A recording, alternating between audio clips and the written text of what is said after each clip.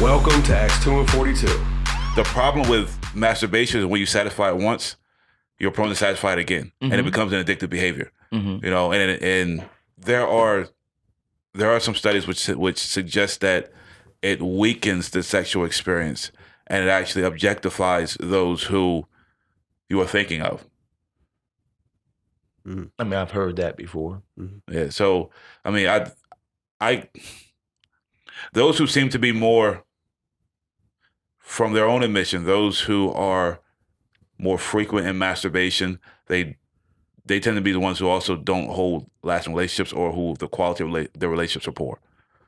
And again, there are studies that suggest that it's, quote, healthy, but those same studies never reference the quality of relationship.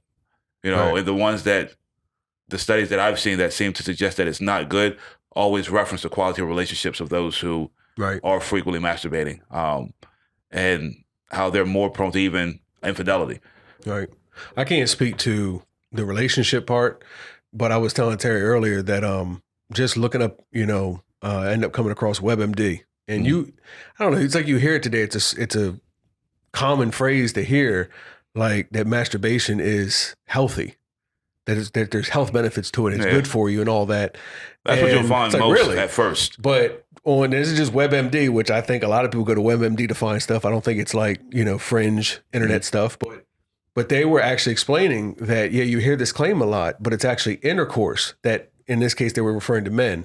Intercourse, there's health benefits. It's the different. same health benefits don't exist. Exactly. When you're what's alone. crazy, the ejaculation is different, actually. From self pleasure I was shocked to actually find that sleeping out. with a woman. Well, did it talk about masturbation in women then?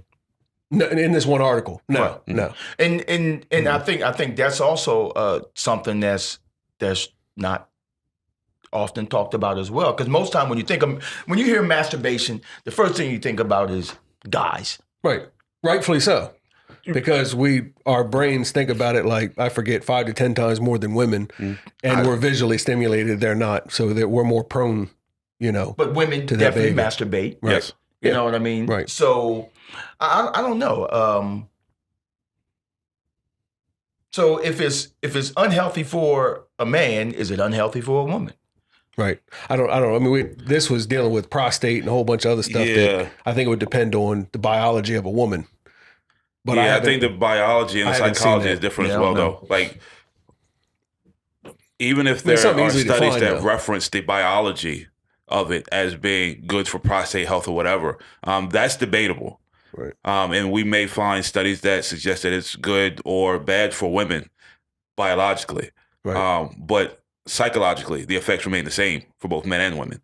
It's not something that yields benefits psychologically at all. I'm not going to disagree with the report because I've never seen it, but I'm just, in my mind, I'm trying to think, how many people have gotten divorced or their marriage is just pot because of masturbation. Because I think a lot more people do it than actually admit that they do it. You know what I mean? I think it's a false relevance because it's not because of masturbation. It's not like, well, I divorced you because of masturbation, but there are effects of masturbation which contribute to deterioration of relationships. That you're saying you're not going to attribute it to masturbation because there's no conscious. Right. You're not consciously thinking, well, this action came from me masturbating. Which is why I look into the psychological literature, because I want to see what those who actually study behavior, how they're gathering information and what their assessment is. Because we rarely ever look at our behaviors and try to figure out what the root cause of them are. So it's hard for us to say, well, we're getting divorced because I masturbated. When your divorce may be a cause of your frequent masturbation or your behaviors, it could either be that the masturbation is influencing your behavior or your behavior is causing you to masturbate more as well. So that's where we could try to zero in on what the actual cause is. But if we're looking to say, well, who's ever been divorced because of masturbation, that's going to be something that you're going to have a hard time even trying to pinpoint, because no one really ever looks at their own relationship and says, well, okay. Cause of divorce, masturbation. Like when you fill out your divorce papers, I get it. Masturbated too much. Some guys,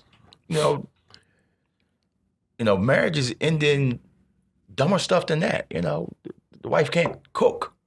You know what I mean? But those are things that are directly. Those are things that a man can directly acknowledge and he can assess directly its detriment to his perception of what a wife should be. So she can't cook. I think she's supposed to be a maid. Get her out of here. He can see that directly. That's a direct correlation or causation. Where masturbation is something more indirect because we don't even look at it enough. Like, for one, with it kind of being taboo, we don't research its effects. We don't look at it, so we don't know that the factors or the behaviors that it influences. Like, I've learned things about myself just by looking into it to see, okay, well, maybe this is coming from that. So if I restrict this, then I actually prohibit that as well. And like I said, some things aren't as direct.